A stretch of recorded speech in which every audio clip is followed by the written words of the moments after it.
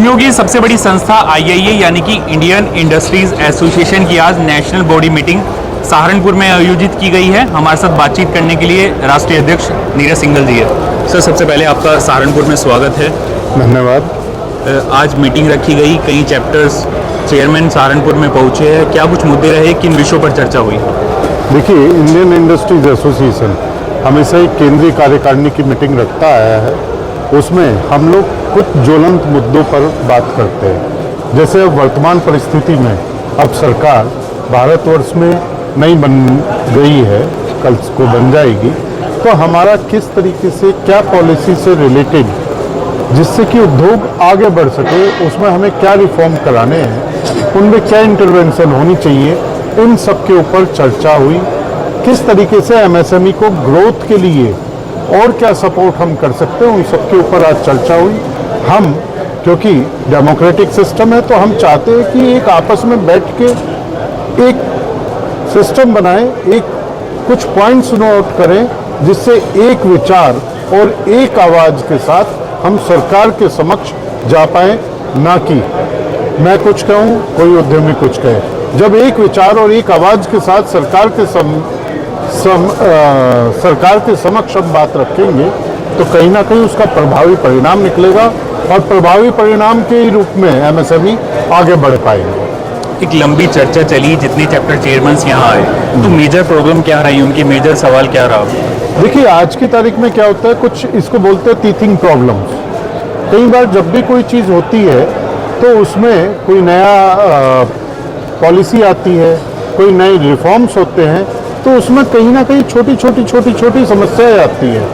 जो व्यक्ति उस कारण से प्रताड़ित हो रहा है या उसका हैरेसमेंट किया जा रहा है, जब उस पर विश्लेषण किया जाता है तो निकल के आता है हमें क्या करना है। फॉर एग्जाम्पल, अभी जो ग्राउंड वाटर से रिलेटेड कुछ समस्याएं हर एक उद्यमी के समक्ष आ रही हैं या आने वाली है, उन पर चिंतन मनन हुआ। किस तरीके से हम एक्सपोर्ट की पॉलिसी में सुधार कर सकते हैं, उसके ऊपर हमारा चिंतन मनन हुआ।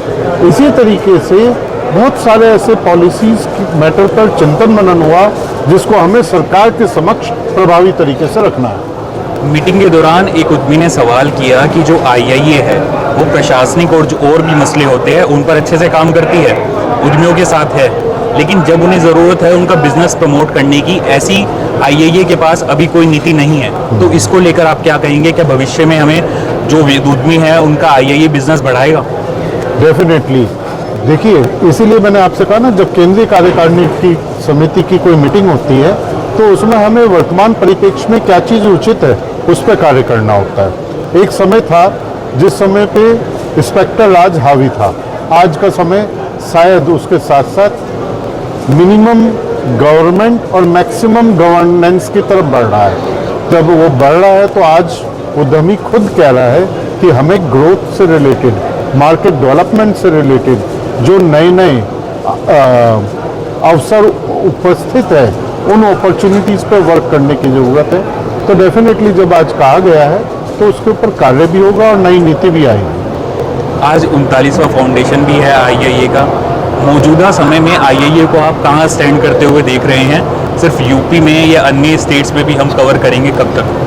देखिए, आज ये भी एक हमारा एक मुद्दा था जिसमें सभी ने इस चीज़ को पारित भी किया कि हमें डेफिनेटली उन स्टेट्स में एंटर करना चाहिए जहाँ के लघु उद्योगों को इस समय में आवश्यकता है, एक ऐसी एसोसिएशन की, एक ऐसे प्लेटफॉर्म की जिसके तहत वो अपनी ना सिर्फ इशूज़ एंड प्रॉब्लम बल्कि अपनी ग्रोथ से रिलेटेड भी लर्निंग कर सके। लर्न करेगा तो अर्न करेगा, लर्न नहीं कर पाएगा तो अर्न कहाँ से कर पाएगा।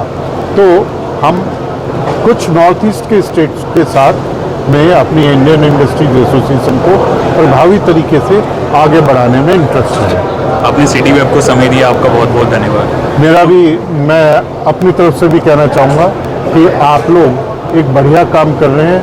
और एक चीज़ मैं कहना चाहूँगा, डेमोक्रेसी के 4 पिलर में से एक पिलर मीडिया है। जितना प्रभावी आप होंगे, जितने प्रभावी तरीके से आप हमारी आवाज़ सरकारी गलियारों तक पहुँचा पाएंगे, तभी वो उसके सही परिणाम निकलेंगे। तो ये थे हमारे साथ आईआई के राष्ट्रीय अध्यक्ष नीरज सिंघल जी, जिन्होंने विस्तार से आज की नेशनल बॉडी मीटिंग के बारे में बताया। आज का वीडियो आपको कैसा लगा, अपनी राय कमेंट बॉक्स में ज़रूर दें। अभी के लिए इतना ही, धन्यवाद। श्री साईं परिवार समिति मानव सेवा में सदैव तत्पर। समिति का एकमात्र उद्देश्य कब सांसें रुक जाए क्या पता, इसलिए जब तक जीवित है मानव सेवा करते रहे। समिति कई तरह के सामाजिक कार्यों में संलग्न है, जैसे साप्ताहिक लंगर, राशन सेवा, गरीब छात्रों की फीस का प्रबंध आदि, वो भी बिना कोई चंदा मांगे, केवल साईं परिवार के सदस्यों के सहयोग से संचालित।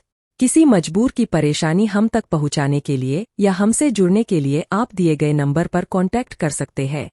धन्यवाद।